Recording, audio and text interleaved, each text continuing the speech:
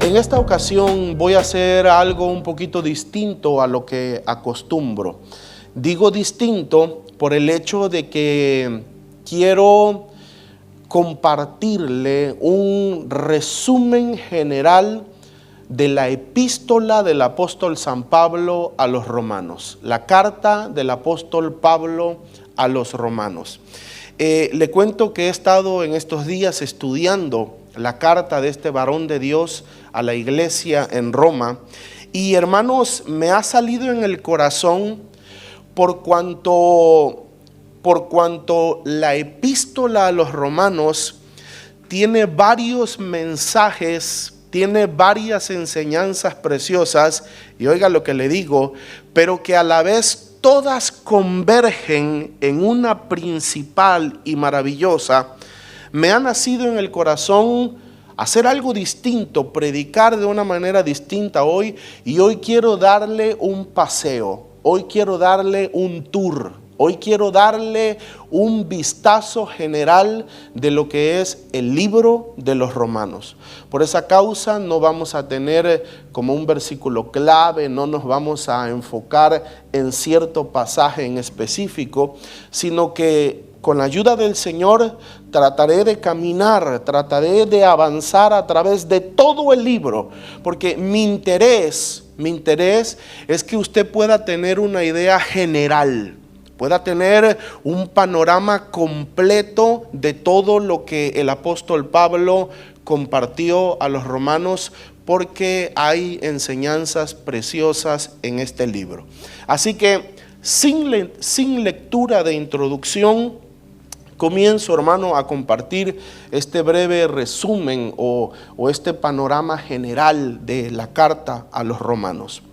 Lo primero, mis hermanos, como es costumbre, el apóstol inicia su carta o su epístola con la salutación. La salutación es el saludo, y entonces él saluda a la iglesia en Roma y él les dice que él está muy contento de que ellos obedecen a la fe. Y esto es importante porque los romanos han tenido la humildad de recibir una doctrina extranjera, de poner su fe en un Dios extranjero. Recuerde que los dioses nativos de los romanos eran Pollux, eran todos esos dioses que nosotros conocemos, hermano, que eran una mezcla, de hecho, de la cultura griega y la cultura romana. Por eso se llamó al resultado de esta mezcla de culturas la cultura grecorromana, porque era una mezcla de ambas. Pero el apóstol los felicita y les dice: les felicito porque obedecen a la fe. Les felicito porque han abierto su corazón y han tenido la humildad de recibir al Dios verdadero, a pesar de que no es el Dios nativo de ustedes, no es el Dios cultural de ustedes. Les felicito por esto. Y les dice: estoy muy contento porque la fe de ustedes se oye por todo el mundo. La fe de ustedes se conoce, se propaga por todo el mundo, que Roma ha recibido la fe. Se oye por todas las iglesias, por todo lugar en donde se conoce el evangelio, se anda diciendo que Roma ha recibido la fe en Cristo. Y el apóstol los felicita por esto y les dice: quiero que sepan que yo estoy orando para ir a ustedes. Quiero que sepan que yo he tratado de ir a ustedes, pero he sido estorbado.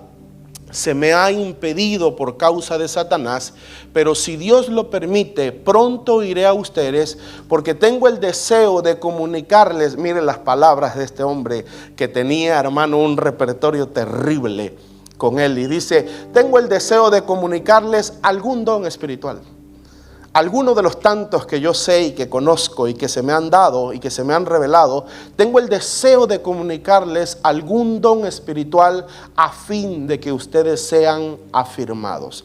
En ocasiones pasadas hemos hablado acerca de esta verdad. Cuando a nosotros se nos es revelado, cuando a nosotros se nos es mostrado alguna de las gracias del Evangelio, algunos de los dones, alguna de las cosas que el Señor Jesucristo ha hecho por nosotros y que están escondidas en misterio y en secreto en la Biblia, eso nos afirma. Tengo el deseo de verles para comunicarles algún don espiritual a fin de que sean afirmados. La revelación afirma, la revelación te siembra. Y esta es la introducción del apóstol Pablo en su carta. Inmediatamente después, el apóstol cambia el tema. Ya saludó, ya se presentó, ya se refrescó la presentación. Inmediatamente él inicia a hablar acerca de la ira de Dios. Oiga, esto es interesante. Él inicia a hablar acerca de la ira de Dios y él inicia a hablar acerca del juicio de Dios. Y entonces voy a leer algunos versículos rápidamente. Dice Romanos capítulo 1, pero del verso 20 en adelante: porque lo invisible de él, su eterno poder y deidad, se deja ver desde la creación del mundo. Por favor, siga como el apóstol pone el contexto de por qué va a mencionar el juicio y la ira de Dios. Lo invisible de él, de Dios, su eterno poder y deidad, se deja ver desde la creación del mundo, siendo entendido en las cosas creadas, de modo que no tienen excusa. Porque habiendo conocido a Dios, no le glorificaron como a Dios, ni le dieron gracias, más bien se hicieron vanos en sus razonamientos. Por favor, repita eso conmigo. Se hicieron vanos en sus razonamientos, y su insensato corazón fue entenebrecido. Escuche esto: profesando ser sabios. ¿Qué profesaba la cultura romana, hermano? Profesando ser sabios, se hicieron fatuos y cambiaron la gloria del Dios incorruptible por una imagen a la semejanza de hombre corruptible, de aves, cuadrúpedos, reptiles. Por lo tanto, Dios los entregó a la impureza en las pasiones de sus corazones, para deshonrar sus cuerpos entre sí. Ellos cambiaron la verdad de Dios por la mentira, y veneraron y rindieron culto a la creación antes que al Creador, quien es bendito para siempre. Por esta causa Dios los entregó a pasiones vergonzosas, pues sus mujeres cambiaron las relaciones naturales por las relaciones contra naturaleza. De la misma manera, también los hombres, dejando las relaciones naturales con la mujer, se encendieron en sus pasiones desordenadas unos con otros, cometiendo actos vergonzosos, hombres con hombres, y recibiendo en sí mismos la retribución que corresponde a su extravío. El apóstol comienza a hablar de las cosas innegables de Dios. El apóstol comienza su tema diciendo que la existencia de Dios no puede ser negada. El hombre no tiene excusa para negar a Dios. Escuche esto, hermano. Le está hablando a los romanos y este es un tema que tiene propósito. Y les dice, porque lo invisible de Dios, su deidad, su eterno poder, su existencia, Él como creador, aunque ustedes no lo vean, les dice el apóstol a los romanos, estas cosas son innegables porque se hacen patentes, se hacen visibles, se manifiestan a través de toda la creación. No se puede negar a Dios. No se puede negar su existencia, no se puede negar su poder, no se puede negar su obra, porque los cielos cuentan su gloria y el firmamento anuncia la obra de sus manos. Y entonces comienza, esto es una, aunque está entre líneas, pero es una recriminación directa, es una recriminación específica. Porque, hermanos, el apóstol está escribiéndole a una cultura que profesa sabiduría. Dice, se hicieron vanos en sus razonamientos. La cultura del saber, la cultura de la meditación, del conocimiento, de la inteligencia, comenzó desde los mismos griegos, hermano.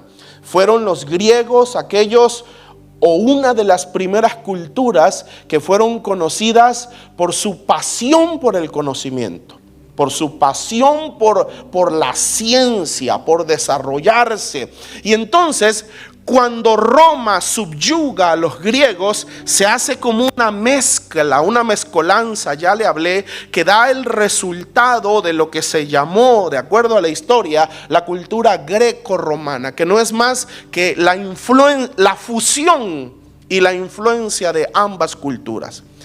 En este tiempo, de esta cultura, de esta gente, de estos pueblos, salieron filósofos, pensadores, grandes hombres que son ilustres a ojos del mundo. Hombres como Sócrates, como Aristóteles, como Platón, que son considerados, de acuerdo a la idea humana, son considerados sabios. Ellos establecieron líneas de pensamiento. Ellos disertaron acerca del hombre, acerca del alma, qué hay más allá de la muerte, de dónde venimos. Y entonces el apóstol les dice, todos esos, perdón que yo parafrasee en mis palabras, pero el apóstol dice, todos esos que profesan ser sabios y que ustedes siguen y que ustedes escuchan, y ustedes son una civilización, una cultura, y una generación que se ha dado mucho al conocimiento, todos esos no saben de lo que hablan. Porque profesando ser sabios, se han envanecido en sus razonamientos. Y no han dado gloria al Dios verdadero, sino que han cambiado la gloria del Dios invisible por imagen de cosas visibles. Y entonces han tomado reptiles, han tomado cuadrúpedos, han tomado, no recuerdo qué otras mencionas, y dice, dando culto a las criaturas antes que a Dios. Por lo tanto, por esta razón, Dios los entregó a pasiones vergonzosas. Hace algún tiempo, hace algunas semanas, le repito, soy malo yo para las fechas y recordar datos. Hace algunas semanas yo le hablé que uno de los juicios de la idolatría es la perversión, es la contaminación sexual. Esta cultura romana que se había envanecido en su sabiduría, en su conocimiento, tenían sus héroes filosóficos, tenían sus sabios, tenían sus hombres ilustres, se sentían orgullosos del conocimiento que tenían, fue juzgada con la contaminación sexual. Por lo tanto, Dios los entregó a pasiones vergonzosas. Y vemos a través de la historia, y tenemos testimonios hoy a través de los vestigios que quedan de esa cultura, vemos que estas culturas ciertamente eran culturas muy eróticas, eran culturas muy sexuales. Hermano, si yo le pregunto acerca de una estatua, acerca de una escultura griega o romana, ¿qué se le viene a la mente? Un tipo desnudo, ¿o no? ¿Qué se le viene a la mente, hermano? Cuando usted piensa en arte griego o romano, ¿qué se le viene a la mente? Las esculturas son un tipo desnudo con sus miembros visibles. Una mujer enseñando sus senos, enseñando su cuerpo, porque Dios los entregó a pasiones vergonzosas, y dice que cometieron actos vergonzosos hasta el hecho de dar entrada, de dar cabida a la homosexualidad, al lesbianismo. Hombres cometiendo hechos vergonzosos con hombres y mujeres con mujeres. Y entonces les está diciendo que Dios los va a juzgar. Por estas cosas que ya les hablé, necesito correr, hermanos, si no, no voy a llegar al final de Romanos. Por estas cosas, les está diciendo el apóstol que Dios los va a juzgar. Y aquí introduce su siguiente punto. No hay excepción de personas delante de los ojos de Dios. Y entonces en el capítulo 2, a partir del verso 11, dice: pues no hay distinción de personas delante de Dios. Así que todos los que pecaron sin la ley también perecerán. Y todos los que pecaron teniendo la ley, por la ley serán juzgados. Oiga esto, hermano. Todos los que pecaron sin ley serán juzgados.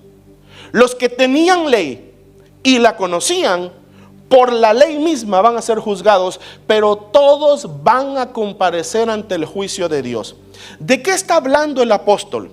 Les está diciendo a los romanos: ustedes no tienen excusa por el hecho de que pudieran decir: es que yo no conozco la cultura judía, es que yo no conozco al Dios de Israel, es que yo no conozco su ley, yo no conozco sus escritos sagrados. Acá nosotros pertenecemos a otra tierra, a otra nación. Pablo les dice: no se preocupen, no tienen excusa. Todos los que sin ley estaban, sin ley van a ser juzgados. Y todos aquellos que ciertamente tenían ley, por la misma ley van a ser juzgados. Y entonces Dios les dice: todos serán juzgados por Dios. No habrá excepción de personas a los ojos de Dios. Y el apóstol menciona algo, y aquí es donde introduce una frase que habrá de repetir varias veces en esta epístola hasta el final. Al judío primeramente y también al griego. Y esta frase habrá de repetirla en varias ocasiones. Al judío primeramente y también al griego. Y lo que el apóstol quiere decir es que el judío primeramente será más responsable, por cuanto el judío, el pueblo hebreo israelita, tenía la ley. Tenía conocimiento de la voluntad de Dios. Tenía conocimiento de las ordenanzas de Dios. Por eso, cuando se trata de juicio, el primero que pasará será el judío. Al judío primeramente, porque tienen ley, porque conocían la voluntad de Dios, pero también al griego. El griego no se salva. El gentil no se salva. El que dice que no conoció la ley de Dios no se salva. Todos serán juzgados. Y entonces es de esta manera que él introduce a su pueblo en el tema. Es de esta manera que él introduce al pueblo de Israel, hablándoles a los romanos. Arremete contra su propio pueblo porque ellos conocen la ley. Y a los ojos de los romanos, recuerde que les está hablando a romanos que ahora son cristianos, romanos que ahora siguen y sirven a Dios.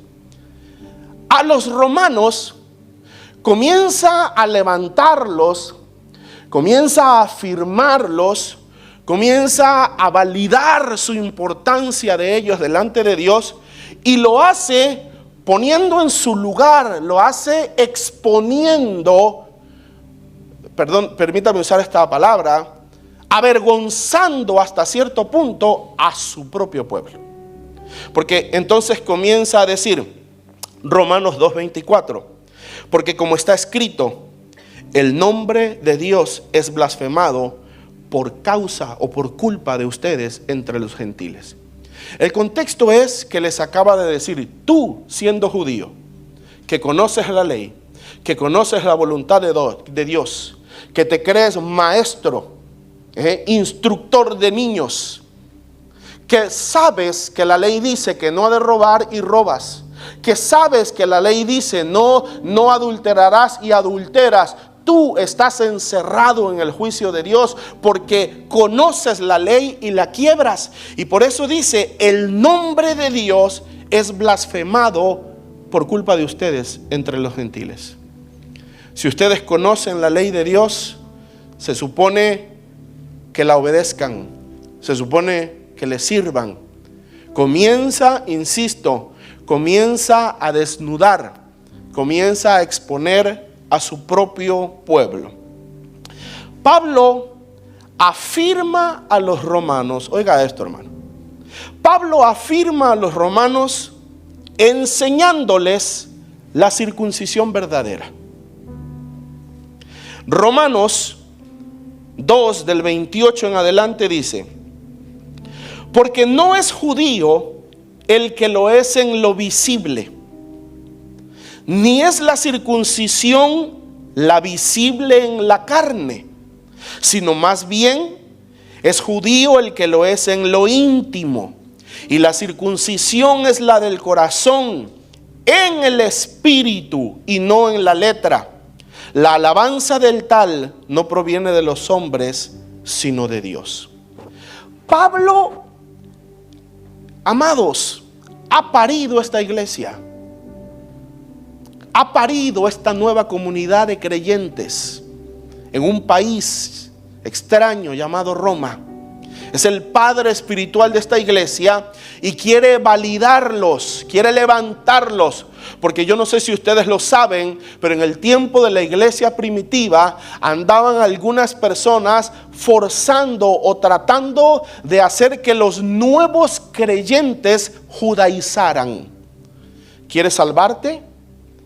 ¿Quieres las glorias de lo que ganó Jesús?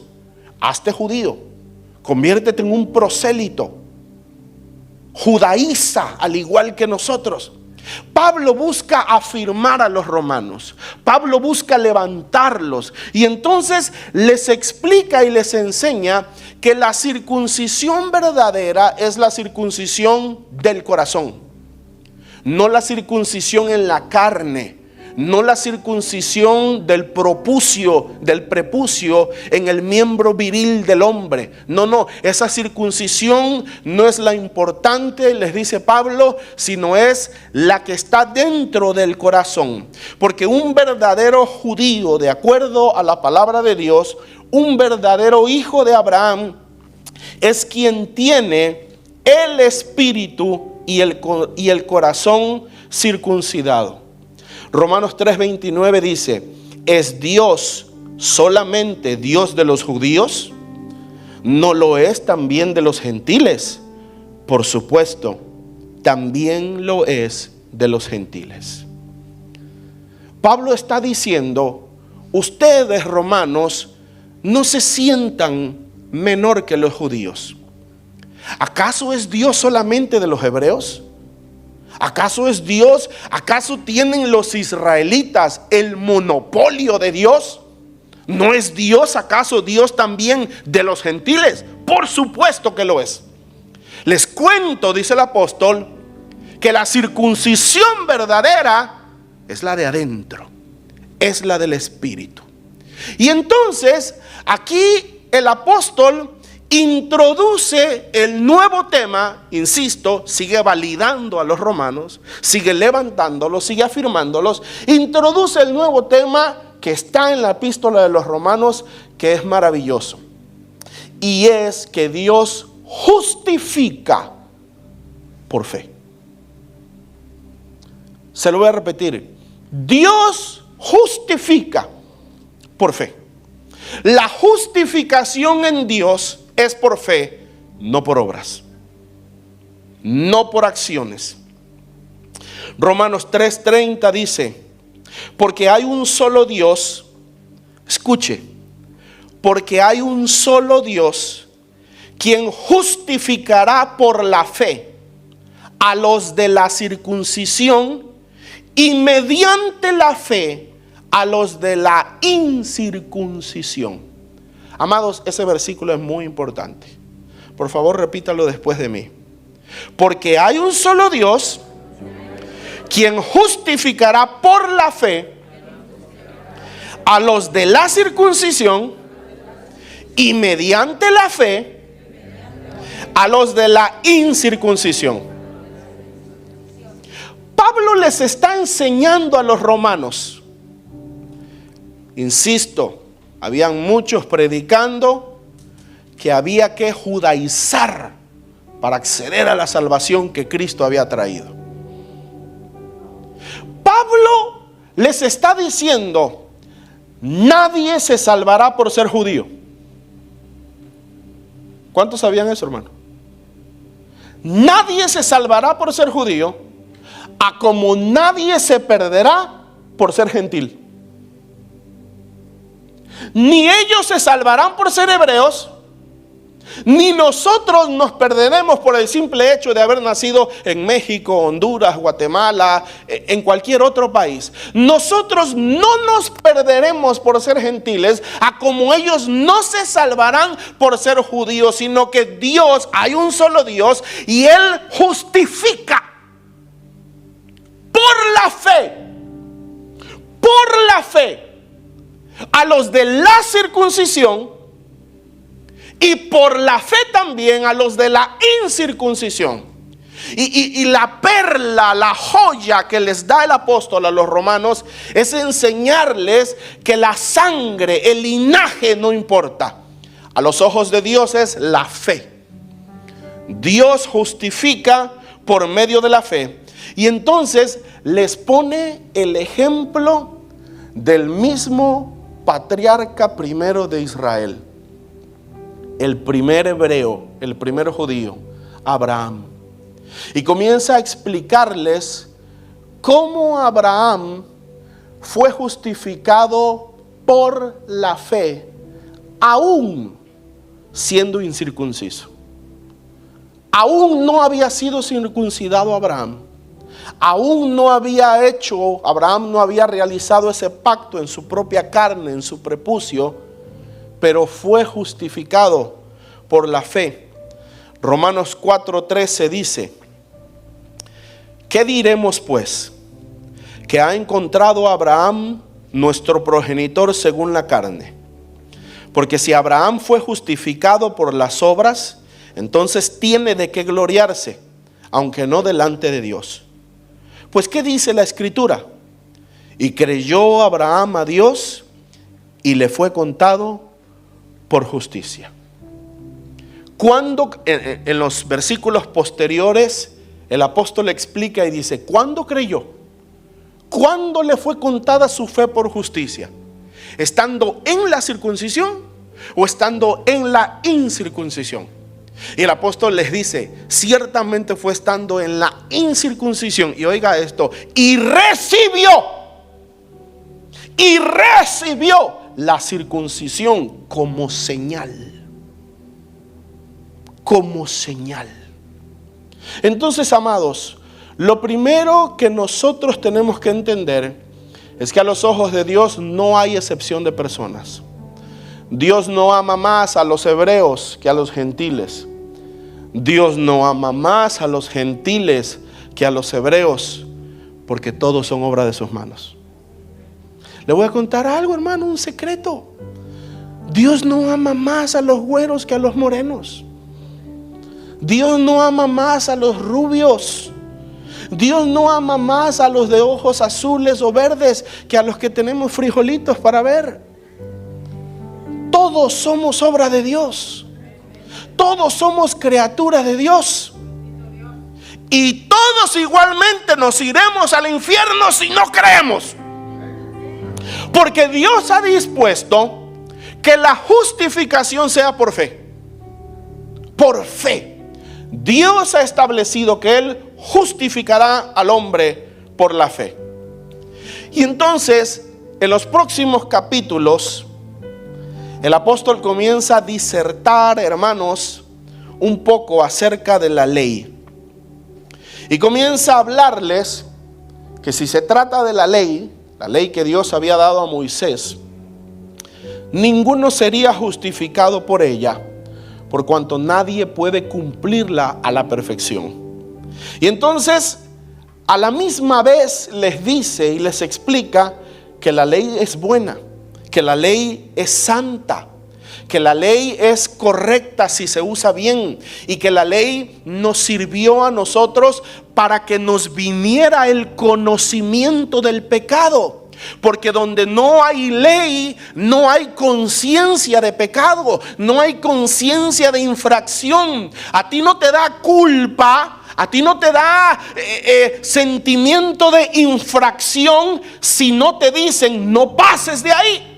Si te han dado el mandamiento, no cruces esta línea, y tú la cruzas, ya tienes conciencia, ya tienes sentido de culpa, porque ya conoces el mandamiento, porque ya conoces la voluntad de Dios. Y entonces el apóstol les explica y les dice: la ley es santa, la ley es buena, era necesaria para que el ser humano conociera la voluntad de Dios, para que el ser humano conociera la santidad de Dios, los requerimientos de Dios. Nadie será justificado por ella. No podía el hombre, porque nadie podía cumplirla, pero la ley era necesaria. Y entonces, en los próximos capítulos, el apóstol comienza a hablar de un misterio precioso.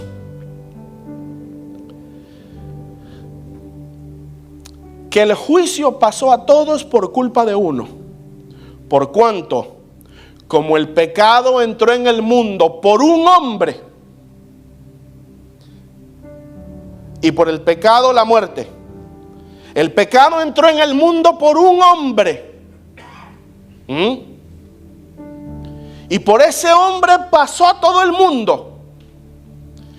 Y los que solo miramos ese lado de la moneda, los que solo miramos ese lado de la tortilla como buenos latinos, hermano, nos parece injusto. ¿Cómo pagar por culpa de otro? ¿Por qué pagar? Y por eso el apóstol diserta en esto y dice: y entonces, ¿por qué inculpa? Pero él les explica y les dice: así como fue en la transgresión, que por el pecado de uno pasó a todos los hombres, así es en la gracia, así es en el favor. Oiga esto, que la justicia de uno, esa justicia de uno, pasará también a todos los hombres. Le cuento una cosa, hermano: hubo uno que cumplió los requerimientos de Dios. Hubo uno que satisfació las demandas de un Dios santo. Hubo uno que alcanzó justicia. Hubo uno que cumplió la ley. Hubo uno que fue perfecto. Se llama Jesús de Nazaret. Se llama nuestro Señor, nuestro Salvador. Y por la justicia de ese, aleluya, por la justicia de ese, nosotros la recibimos. Recibimos su justicia. Porque la justicia de Él nos es, no, la palabra no es impartida, nos es imputada, nos es puesta, nos es entregada. Y entonces podemos tener, dice el apóstol, paz para con Dios. Podemos tener paz para con Dios. Y entonces, en los siguientes versos, el apóstol menciona que los que estamos en Cristo ya no estamos más bajo la ley.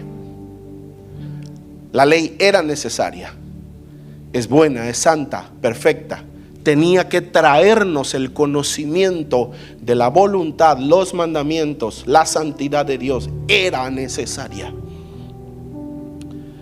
Pero ya no estamos bajo la ley, porque Cristo, como dice Gálatas, nos redimió de la maldición de la ley y nos dio, hermano, una nueva vida, justificados por la fe. Ahora, lo siguiente que quiero compartir con usted, hermano, es que el apóstol le explica a esta iglesia, a los romanos, que ciertamente Cristo nos dio su justicia. Eso es real y verdadero. Que Cristo nos libró de la ley mosaica. Eso es real y verdadero. Pero no nos dejó sin ley. Oiga, hermano, no nos dejó sin ley.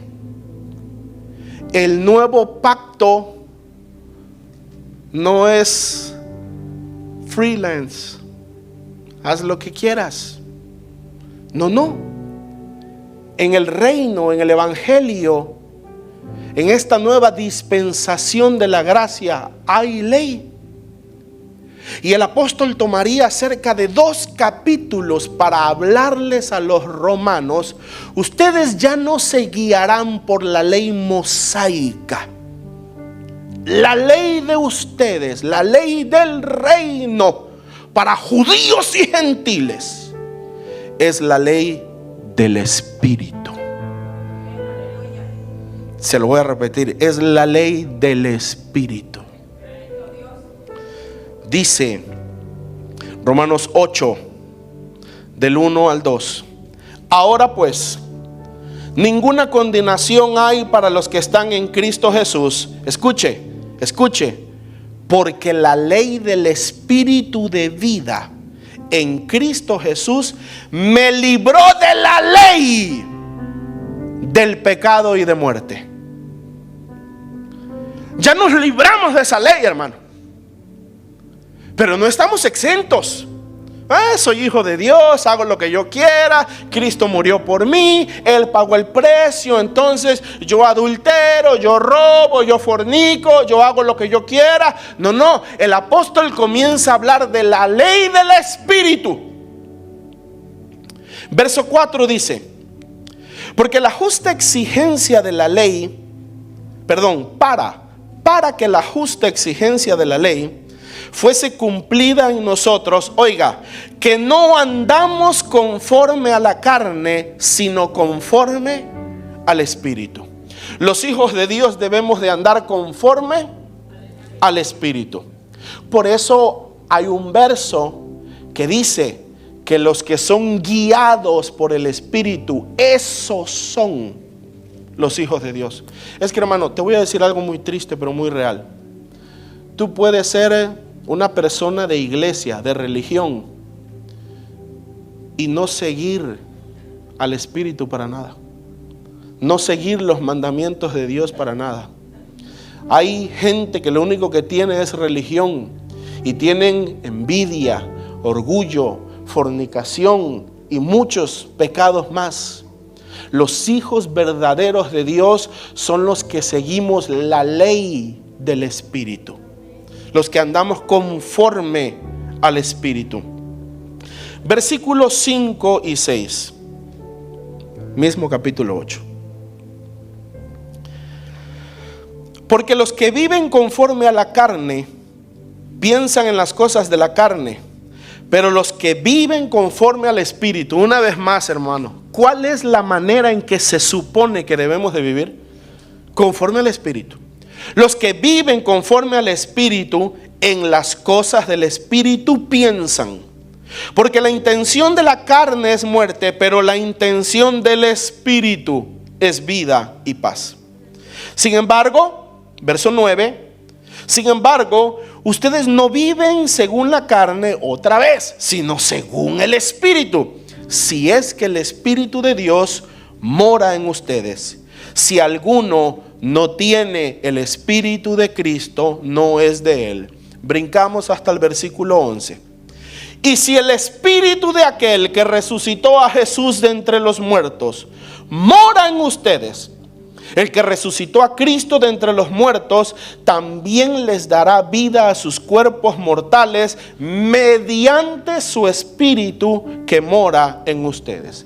Y aquí está el verso que le mencioné: porque todos los que son guiados por el Espíritu de Dios, estos son hijos de Dios. Los hijos de Dios en esta nueva dispensación, en esta nueva ley, andamos a través de la ley del Espíritu. Oiga, hermano, esa ley, oiga esto, hermano, esa ley que Dios le dio a Moisés y a los hebreos era una ley santa, perfecta, pura, excelente, pero carecía de una virtud. no podía penetrar el corazón.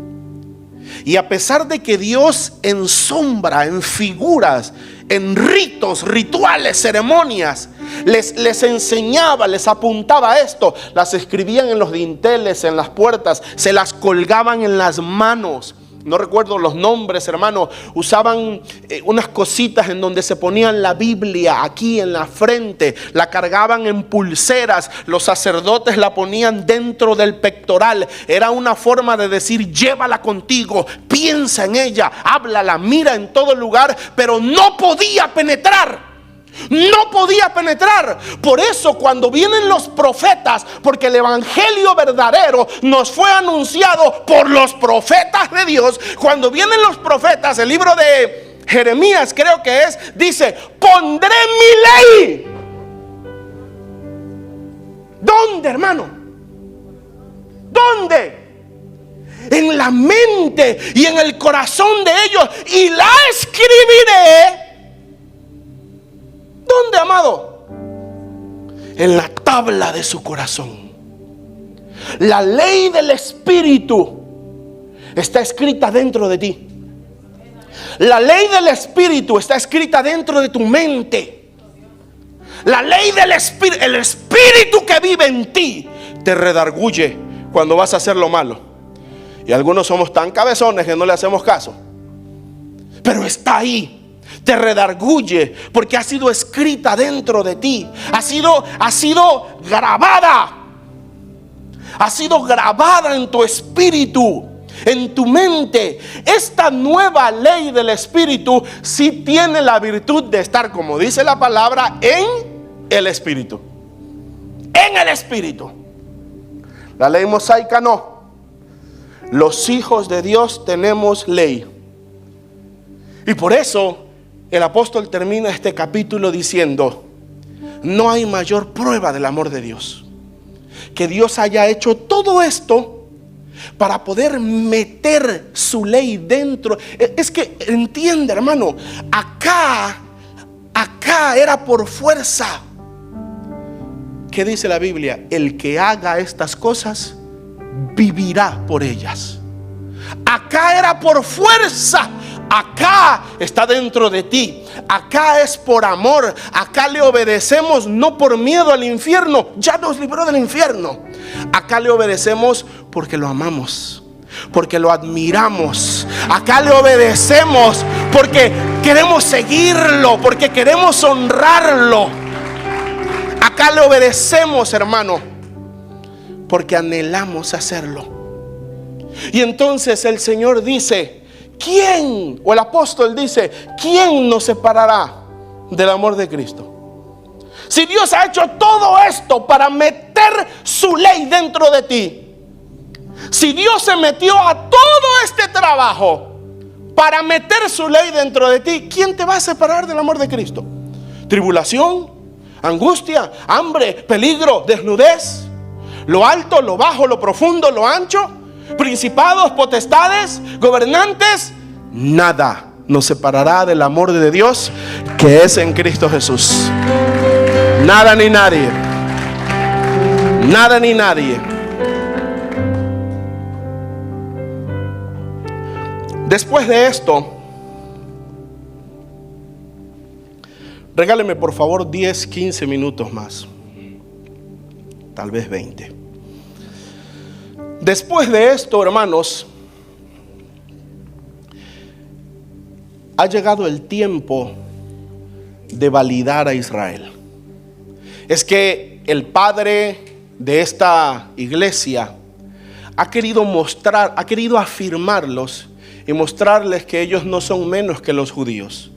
Sin embargo, ahora el apóstol va a poner equilibrio. Por favor, diga equilibrio. Y ahora llega el momento en que el apóstol va a validar a su pueblo, a Israel. El apóstol va a levantar a su pueblo, los hebreos. Y entonces dice Romanos 9, del 1 al 5, dice: digo la verdad en Cristo y no miento. Escuche, hermano. Mi conciencia me da testimonio conmigo en el Espíritu Santo de que tengo gran tristeza y un continuo dolor en el corazón, porque desearía yo mismo ser separado de Cristo, anatema, por el bien de mis hermanos, los que son mis familiares según la carne. Ellos son israelitas, de los cuales son la adopción, la gloria, los pactos, la promulgación de la ley, el culto y las promesas.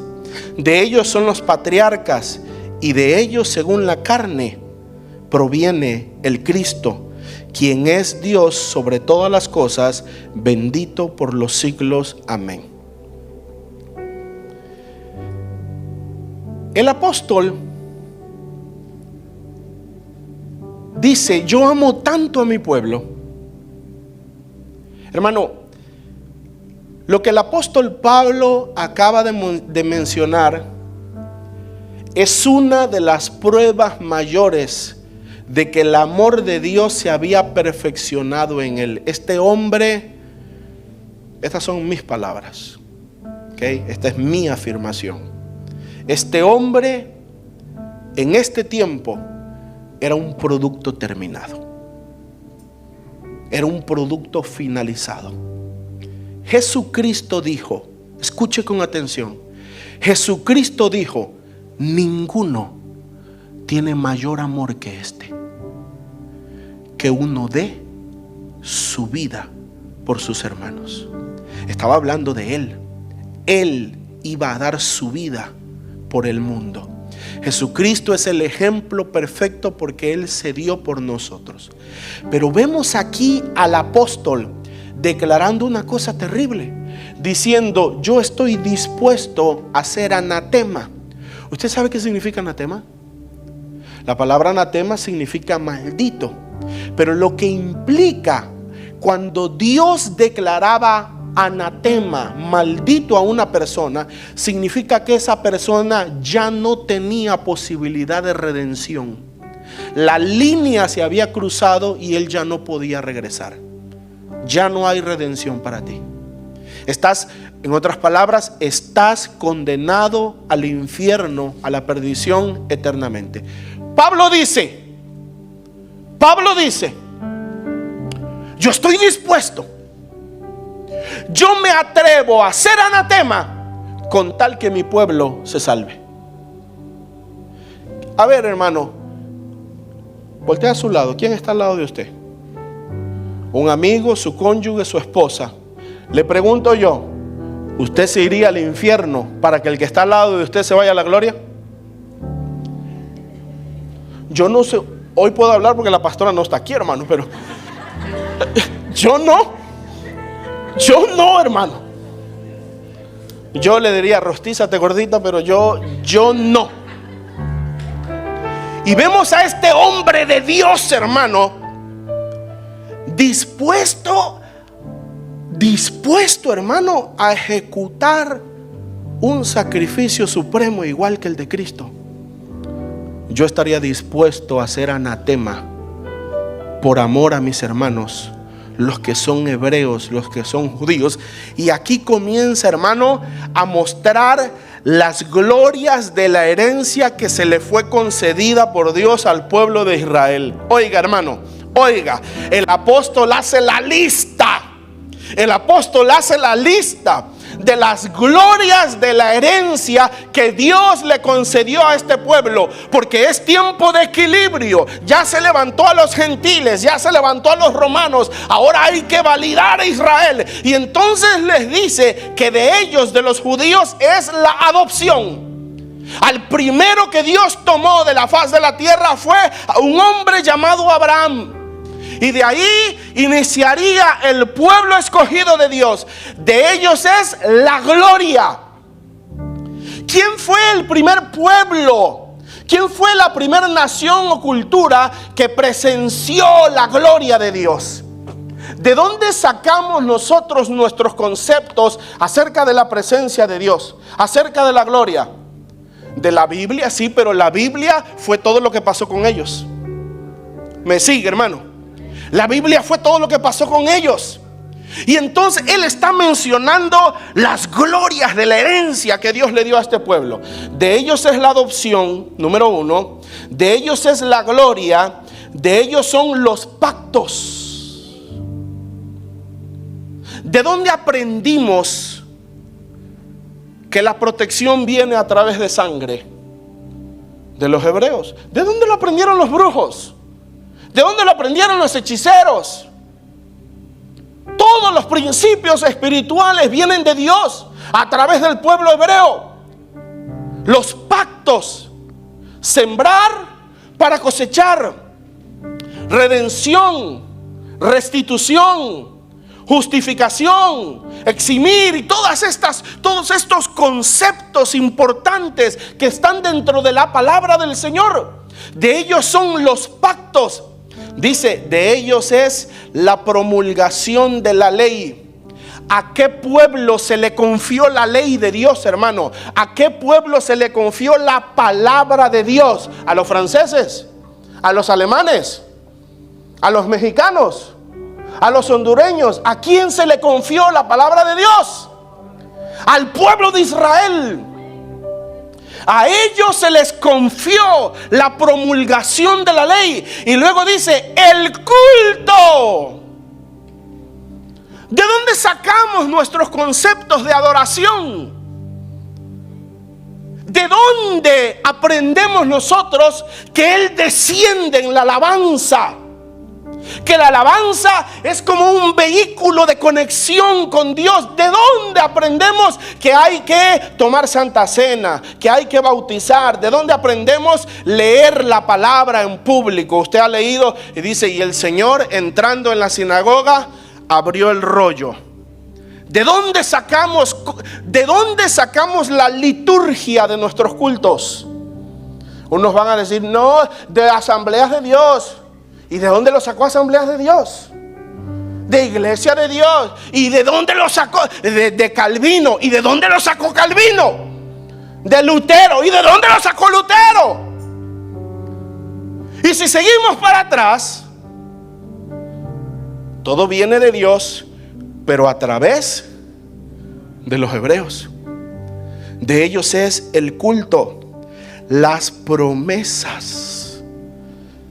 De ellos son los patriarcas, amados, los héroes de la fe que nosotros estudiamos. ¿De qué pueblo son? Abraham, Isaac, Jacob, David, Daniel, Ezequiel, Isaías, Sansón, Jefté. ¿De dónde son, hermano? Dice, de ellos son los patriarcas. Y oiga, y por si todo lo que este apóstol de Dios ha mencionado no fuera suficiente, dice, y de ellos, según la carne, aclara, y de ellos, según la carne, vino Cristo. A muchos no les gusta esta afirmación, pero según la carne, Cristo es judío. Cristo es israelita, hasta los huesos y hasta los tuétanos. Cristo es israelita. Si usted se dice de Cristo, usted no puede odiar al pueblo judío. No puede haber en usted antisemitismo. No puede haber en usted odio al pueblo de Israel. Somos la misma simiente. Somos el mismo pueblo. Tiempo de validar a Israel. Y ahora viene, y casi que voy a ir cerrando con esto. Y ahora viene, o el apóstol termina su epístola, su carta, hablándoles del misterio de Israel. Misterio. Por favor, diga conmigo, misterio. Escuche con atención. Romanos 9, 30 y 31. Oiga, hermano. ¿Qué pues diremos? Que los gentiles que no iban tras la justicia. Diga eso conmigo. Los gentiles no íbamos tras la justicia. Antes de que le llegara la verdad, ¿a quién buscaba usted, hermano? ¿A quién clama? Oh, sí, a Jesús. Antes de que le llegara la verdad, antes de que le llegara la luz de la verdad, ¿a quién buscaba usted? ¿A quién? ¿A quién corría usted? Los gentiles, oiga, los gentiles que no iban, ¿qué diremos? Lo repito, ¿qué diremos? Que los gentiles que no iban tras la justicia alcanzaron la justicia, es decir, la justicia que procede de la fe, mientras que Israel, que iba tras la justicia de la ley, no alcanzó la ley. Capítulo 11, 1 y 2. Por tanto, les pregunto, ¿acaso rechazó Dios a su pueblo? De ninguna manera. Oiga lo que les acaban de decir. Ustedes no son menores que los hebreos. Ustedes son importantes. No importa que sean gentiles. No hay acepción de personas delante de Dios. Pero ubícate, papito. Diga conmigo, ubícate, papito. No eres mayor a los gentiles, a los hebreos. No eres mayor a los israelitas. Dice, ¿acaso, les pregunto, acaso rechazó Dios a su pueblo? De ninguna manera, porque yo mismo soy israelita, de la descendencia de Abraham, de la tribu de Benjamín. Oiga, Dios no rechazó a su pueblo, al cual conoció de antemano. Ahora me brinco hasta el versículo 11. Pregunto pues, ¿acaso tropezaron para que cayesen? De ninguna manera, más bien con la transgresión de ellos ha venido la salvación a los gentiles. Oiga, para que aquellos sean provocados a celos. Pero escuche esto: y si su transgresión es la riqueza del mundo y su fracaso es la riqueza de los gentiles, ¿cuánto más será la plena restauración de ellos? Verso 15.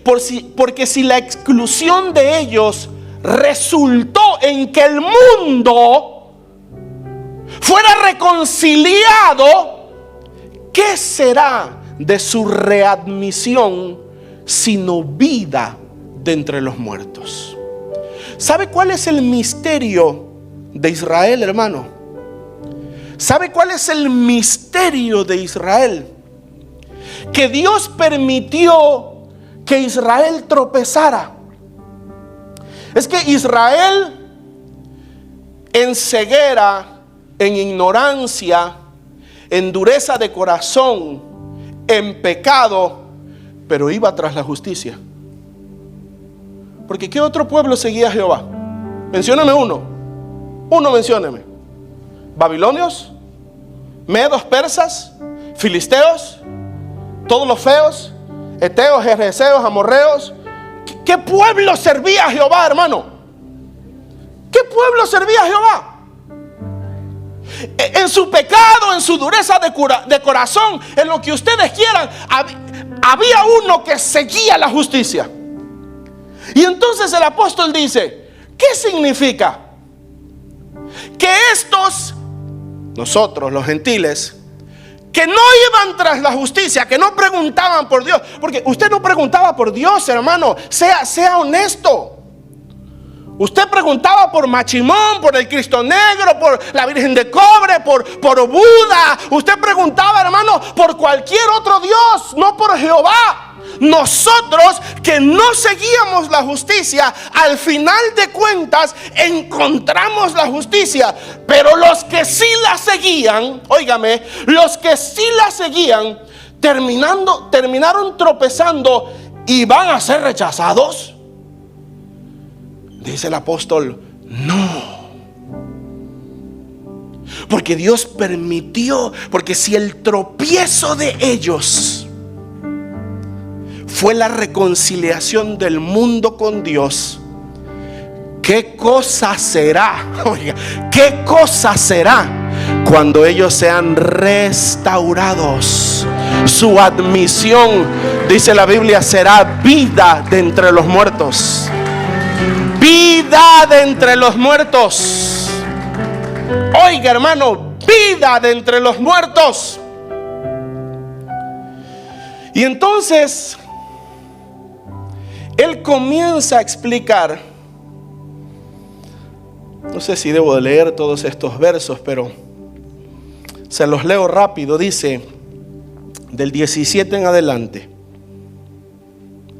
y si las ramas naturales fueron desgajadas, ellos son las ramas naturales. Ellos fueron el pueblo que fue tomado desde el principio. Ellos son el olivo natural, las ramas naturales.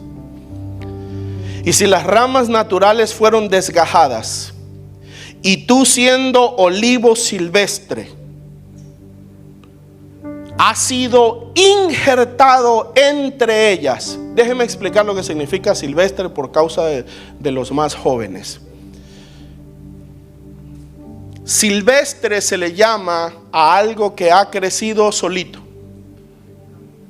Una planta, un árbol que nacen allá entre la maleza, entre los montes, entre las montañas. Esto es maleza, esto es silvestre.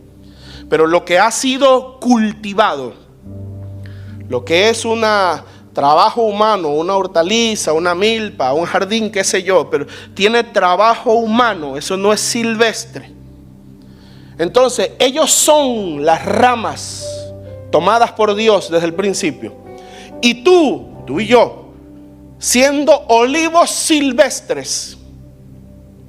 Habiendo aclarado eso, dice: fuiste injertado entre ellas y has sido hecho partícipe de la raíz, es decir, de la abundante savia del olivo. No te jactes contra las demás ramas. No te jactes contra las demás ramas. Pero aunque te jactes en contra de ellas, no eres tú quien sustenta a la raíz, sino la raíz a ti. Entonces dirás: las ramas fueron desgajadas para que yo fuera injertado. Está bien, por su incredulidad fueron desgajadas. Pero tú, por tu fe estás firme. No te ensoberbezcas, sino teme. Oiga, porque si Dios no perdonó a las ramas naturales, a ti tampoco te perdonará. Considera pues la bondad y la severidad de Dios. La severidad ciertamente para con los que cayeron, pero la bondad para contigo si permaneces en su bondad. De otra manera, tú también serás cortado. Y ellos también, oiga esto, y ellos también, si no permanecen en incredulidad, serán injertados. Se lo repito, estoy leyendo el versículo 23, Romanos 11, 23. Y ellos también, si no permanecen en incredulidad, serán injertados. Dice: porque Dios es poderoso para injertarlos de nuevo. Ya le expliqué hace rato, o ya nos explicó el apóstol Pablo, que ellos no se van a salvar por ser judíos. Como tampoco nosotros nos vamos a perder por ser gentiles. Es por fe. Diga conmigo, es por fe. La justificación es por fe. La fe ya vino a los gentiles. Pero dice: ellos también serán reinjertados, serán restaurados si no permanecen en incredulidad.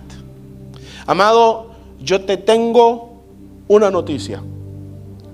El misterio de Dios es que Israel será salvo, pero no será salvo porque son judíos. No será salvo porque en la carne son linaje de Abraham. Oye lo que te digo, la fe llegará a Israel. Oye lo que te digo, ese pueblo conocerá a Jesucristo como el Mesías.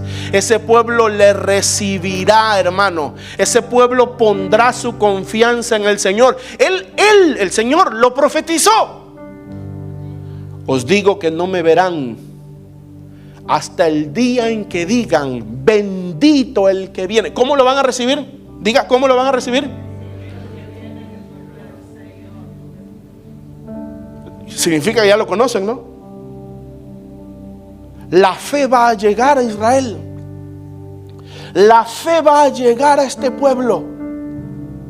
Ese es el misterio de Dios, hermano. Permitió la caída de ellos para la reconciliación del mundo, de los gentiles. Pero a su vez no se trata solo de los gentiles, porque Dios es Dios de gentiles y de hebreos. Dios es Dios de todos, y Dios ama a todos por igual. Y Dios quiere que todos procedan al arrepentimiento y que ninguno se pierda, sino que todos alcancen la gracia. Y este pueblo va a ser restaurado, porque les llegará el conocimiento de la salvación en Cristo Jesús. Finalizo con esto. Termino.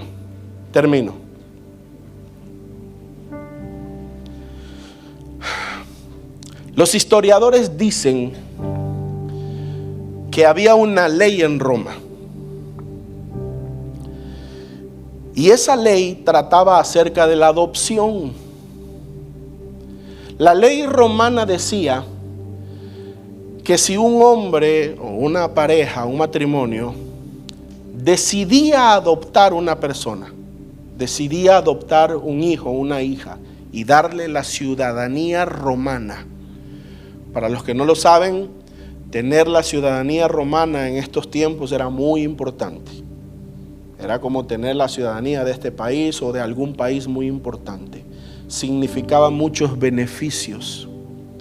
Entonces, esa ley decía que si una persona o un matrimonio decidía adoptar a una persona, nunca jamás podía despedirlo. Si hacía los trámites legales y se consumaba la adopción, nunca jamás podía despedirlo. Nunca jamás podía desatenderlo. Escuche esto, hermano. Escuche esto. A sus hijos naturales, a sus hijos de carne, los podían despedir. Si habían hecho algo que no les gustaba, si había pasado algo, los padres tenían la autoridad de despedir a sus hijos, a sus hijos naturales. Tenían la oportunidad de desheredarlos, de sacarlos de la casa, de apartarlos. Pero al adoptado,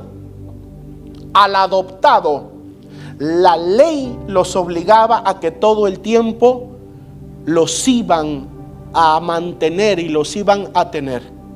Y entonces el apóstol Pablo explica todo esto porque ellos tenían este entendimiento, porque a ellos se les habló de la adopción.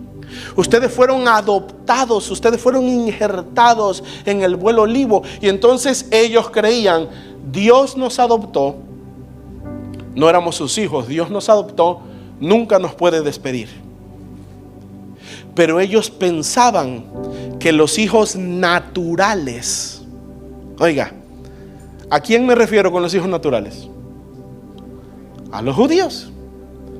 Ellos pensaban que los hijos naturales, por cuanto habían tropezado, porque a lo suyo vino y los suyos no le recibieron. Por cuanto los hijos naturales, Israel, había tropezado, ellos pensaban que Dios iba a hacer lo que la ley romana decía, que iba a despedir a los hijos naturales, pero tenía que quedarse con los adoptados. Y el apóstol da una cátedra en esta epístola y les dice: ni naturales ni adoptados, por la fe todos son hijos de Dios. Dios justifica a todos por la fe. Póngase de pie, por favor. No es del blanco, no es del negro, no es del rico, no es del pobre, no es del sabio, no es del ignorante. Es el de fe. Es el de fe. Dios justifica por la fe en Cristo Jesús. La justicia de uno siendo entregada a todos nosotros. Padre, te damos gracias por tu amor, porque tú no amas a los bellos solamente, porque tú no amas a los blancos solamente, porque todos son obra de tus manos. El rico, el pobre, el alto, el bajo, el oscuro, el claro, todos son obra de tus manos. Tú no haces, Señor, acepción de personas, sino que tu amor se derrama sobre todos nosotros a través de la fe en Cristo Jesús. Gracias, Señor, porque hubo uno quien cumplió la justicia divina. Hubo uno quien efectuó el sacrificio perfecto y cumplió la ley. Hubo uno que tuvo una justicia perfecta delante de ti, nuestro Señor Jesús. Te damos gracias, Señor, por tu palabra, por tu amor. Te damos gracias porque moviste cielo, mar y tierra para alcanzarnos. Nos perseguiste con tu amor. Nos perseguiste con tu misericordia hasta que nos alcanzó. Por eso te amamos, Señor. Por eso te damos gracias, Dios. Por eso te damos gracias, Señor. Gracias por tu misericordia. Levante un minuto sus manos y dele gracias al Señor por su amor. Gracias, Señor. Gracias, Señor. Gracias, Dios. Dale gracias, Señor. Dale gracias.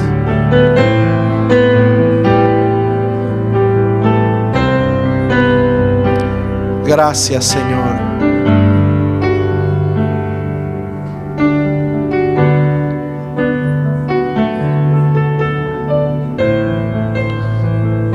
Ahora dale gracias por Jesús.